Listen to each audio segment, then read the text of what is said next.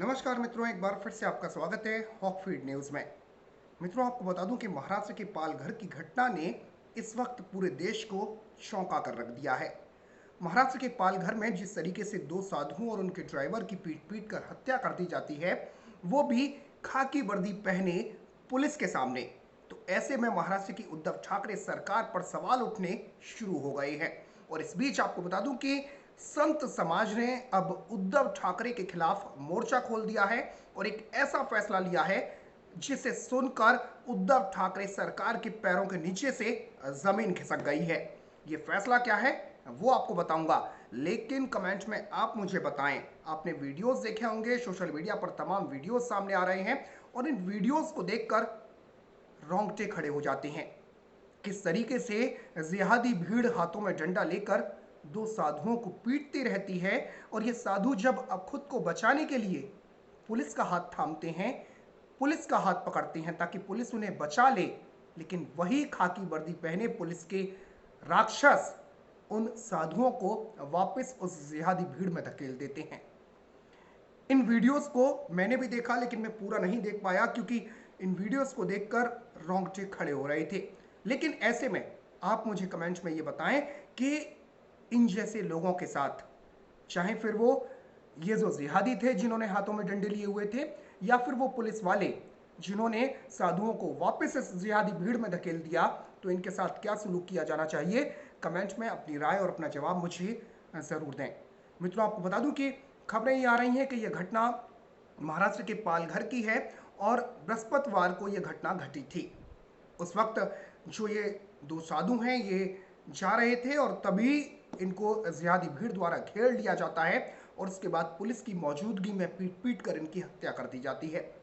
सवाल कई उठ रहे हैं और सबसे बड़ा सवाल ये कि अगर लॉकडाउन था, महाराष्ट्र में लॉकडाउन है, और ऐसे में ये जो भीड़ है, ये जो जिहादी भीड़ है, ये कैसे इकट्ठा हो गई? तो कहीं ना कहीं इस सब में साजिश की बू आ रही है। हालांकि महाराष्ट्र के जो मुख्यमंत्री हैं उद्धव ठाकरे, उनका कहना है कि इसे सांप्रदायिक रंग न दिया जाए। वाह, सांप्रदायिक रंग न दिया जाए। जब इस देश में अखलाक की हत्या हो जाती है, अखलाक को मॉब लिंचिंग हो जाती है, जब इस देश में जुनैद की मॉब लिंचिंग हो जाती है, जब इस देश में तबरेज की मॉब लिंचिंग हो जाती है, तो पूरा की पूरी जो गैंग है वो छाती पीटना और विधवा विलाप करना शुरू कर देती है। एक जो कुछ जो चैनल्स हैं और कुछ जो पत्तलकार हैं वो अपनी छाती पीटना शुरू कर देते हैं और देश में अवार्ड वापसी गैंग उठकर खड़ा हो जाता है। ये कहने लग जाते हैं कि इस देश में असहिष्णुता हो गई है। लेकिन अब साधुओं की हत्या पर ये सारे के सारे चुप हैं, मौन साधे हुए हैं। आपको बता दूं कि पालघर महाराष्ट्र में जिन साधुओं की हत्या की गई वो जूना अखाड़ा के संत थे और उनमें से एक का नाम स्वामी कल्पवृक्ष गिरी जी है और एक हैं स्वामी सुशील गिरी जी। इसके अलावा उनके जो ड्राइवर थे उनका नाम था नीलेश तेलगड़े। तो इन तीनों की पीट पीट कर हत्या कर दी जाती है।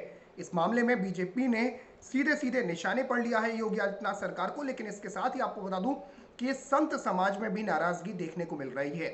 अखिल भारतीय अखाड़ा परिषद ने भी इस घटना पर गुस्सा जाहिर किया है और साथ ही अखाड़ा परिषद ने यह कहा है कि महाराष्ट्र में रावण राज चल रहा है।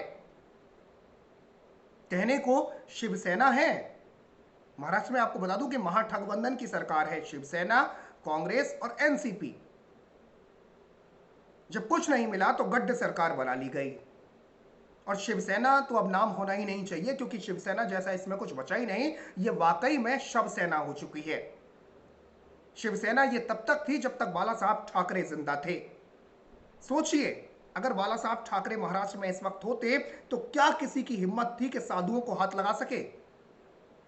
नहीं, किसी की हिम्मत नहीं हो सकती थी, उसके हाथ कटवा दिए जाते। लेकिन रावण राज चल रहा है, राक्षस राज चल रहा है। उद्धव ठाकरे बेशर्मी के साथ सामने आते हैं और कहते हैं कि इस घटना को सांप्रदायिक रंग न दिया जाए। क्या उद्धव ठाकरे ये बताएंगे कि अगर इन साधुओं की जगह कोई दाढ़ी वाले महाशय होते या इनका चोगा सफेद रंग का होता तो भी उद्धव ठाकरे का यही जवाब होता? नहीं, उस वक्त इस पूरे देश में चूड़ियां टूटना शुरू हो गई होती और रुदाली रुदन शुरू हो गया होता। और अगर पालघर महाराष्ट्र की बजाय यूपी में होता तो ये सारे के सारे जो जो अभी छुपे बैठे हैं सांप सूंघ कर, जिनके मुंह में फेविकॉल जमा बैठा है, ये सब के सब बाहर आ जाते। लेकिन चूंकि हत्या साधुओं की हुई है, उन साधुओं की जो वसुधैव कुटुंबकम को मानने वाली सनातन परंपरा को मानते थे, उन साधुओं की जो भगवा कलर के वस्त्र पहने थे, उनकी हत्या हुई है। तो ऐसे में ये सारे के सारे मौन बैठे हैं। लेकिन इस बीच आपको बता दूं कि अब अखिल भारतीय अखाड़ा परिषद ने सीधे सीधे महाराष्ट्र सरकार को चेतावनी दे दी है। महाराष्ट्र सरकार, अखिल भारतीय अखाड़ा परिषद का यही कहना है कि अगर जिम्मेदार लोगों पर एक्शन नहीं होता है तो लॉकडाउन के बाद नागा साधुओं की फौज महाराष्ट्र कूच करेगी और सीधे सीधे महाराष्ट्र सरकार को सबक सिखाएगी। तो ये बड़ी चेतावनी दी है अखिल भारतीय अखाड़ा परिषद ने। आपको बता दूं कि साधुओं की सबसे बड़ी संस्था अखिल भारतीय अखाड़ा परिषद के अध्यक्ष नरेंद्र गिरी महाराज ने कहा है कि महाराष्ट्र के पालघर में जूना अखाड़े के 2 संतों के साथ जो हुआ वो बेहद दर्दनाक है। उन्होंने कहा कि साधुओं की मौत पर मुझे आश्चर्य है कि ये मनुष्य नहीं कर सकते, बल्कि राक्षस लोग ही ऐसा कर सकते हैं। जी हाँ, जिस तरीके से बुजुर्ग साधु और जो उनके साथ जो दूसरे साधु थे, उनको जिस तरीके से पीटा जा रहा है डंडों के साथ, 40वें सेकंड में आपने अगर वो वीडियो देखे हो तो 40वें सेकंड में एक आवाज आती है, मार शोएब मार। तो ये कौन है? ये इंसान कहलाने के लायक हैं? ये वाकई में राक्षस हैं और इन्हें किसी भी चीज की फिक्र नहीं है। और आपको बता दूं कि महाराष्ट्र की सरकार इस वक्त जिस तरीके से मौन है और बेशर्मी के साथ जिस तरीके से उद्धव ठाकरे आकर सामने ये कह देते हैं कि इस घटना को सांप्रदायिक रंग न दिया जाए, लेकिन उद्धव ठाकरे ये इसलिए बोल पाए क्योंकि ये साधु थे।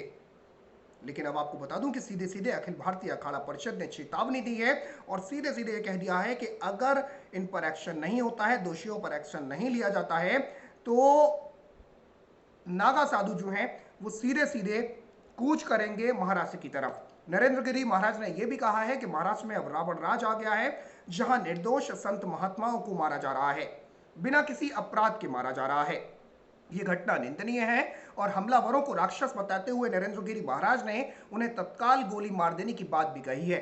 उन्होंने कहा कि ये राक्षस हैं और राक्षसों को मारने में कोई पाप नहीं लगता। इसके साथ ही नरेंद्र गिरी महाराज ने यह भी कहा कि पुलिस खुद संतों को पकड़कर ले गई और भीड़ के बीच छोड़ दिया। यह आरोप लगाते हुए, यह आरोप नहीं है, आप बाकायदा अगर आप देखेंगे, आप वीडियोस देखेंगे तो उन वीडियो में ये साधु जब पिट रहे थे तो उस वक्त ये पुलिस के पास पहुंचते हैं, पुलिस का हाथ थामने की कोशिश करते हैं, लेकिन वही खाकी जिस पर इस देश की, इस समाज की रक्षा की जिम्मेदारी होती है, वही खाकी के बेशर्म जवान इन साधुओं का हाथ नहीं थामते, बल्कि उन्हें वापस इस जिहादी भीड़ में धकेल देते हैं। इन्हें तो खाकी उतार कर मारना चाहिए। तो आपको बता दूं, सीधे सीधे नरेंद्र गिरी महाराज का यह कहना है कि जो पुलिसकर्मी घटना के वक्त वहां मौजूद थे उन्हें बर्खास्त किया जाए और अगर ऐसा नहीं हुआ तो 3 मई के बाद नागा साधु महाराष्ट्र कूच करेंगे। इसके साथ ही आपको बता दूं कि पालघर घटना पर बीजेपी सांसद साक्षी महाराज भी बेहद गुस्से में हैं और उनका कहना है कि इस घटना से पूरी मानवता शर्मसार हो गई है। इस नृशंस हत्या की जितनी निंदा की जाए उतनी कम है। दुर्भाग्य की बात तो यह है कि वहां पर आधा दर्जन पुलिस वाले भी थे जो मूक दर्शक बनकर खड़े रहे। उनका कहना है कि कई वीडियो में तो ऐसा लग रहा है कि पुलिस वाले साधुओं को भीड़ वालों के हवाले कर रहे हैं। साथ ही साथ उन्होंने कहा कि मुझे लगता है कि हत्यारे तो दोषी हैं ही, लेकिन पुलिस भी इस घटना में कम दोषी नहीं है। पुलिस कह रही है कि पुलिस वालों को चोट लगी है, नकली चोट बनाई गई होगी। साथ ही साथ बीजेपी सांसद साक्षी महाराज ने कहा कि इस घटना पर अगर न्याय नहीं हुआ तो वो लॉकडाउन खत्म होने के बाद महाराष्ट्र की तरफ कूच करेंगे। इसके साथ ही आपको बता दूं कि सवाल ये उठ रहा है, कई सवाल उठ रहे हैं और सबसे बड़ा सवाल ये कि अगर लॉकडाउन महाराष्ट्र में लागू है तो 200 से 250 लोग हथियार लेकर कैसे इकट्ठा हो जाते हैं, और वो भी पुलिस के सामने। तो क्या महाराष्ट्र में लॉकडाउन का मजाक बनाया जा रहा है? क्या महाराष्ट्र में साधुओं को चुन चुन कर मारने की साजिश शुरू हो चुकी है? और ऐसे में महाराष्ट्र की उद्धव ठाकरे सरकार अब तक क्यों मौन बैठी हुई है? 100 लोगों की गिरफ्तारी कर ली गई है, लेकिन सवाल यह है कि इन गिरफ्तारियों से क्या ये साधु वापस आ जाएंगे? ये सबसे बड़ा सवाल है। तो मित्रों, इस खबर को शेयर करें, साथ ही साथ देश हित से जुड़ी खबरें देखने के लिए हॉकफीड न्यूज़ को सब्सक्राइब करें और बराबर में जो बेल आइकन है, जो घंटी का निशान है, उसे जरूर दबा दें। फिलहाल के लिए इतना ही।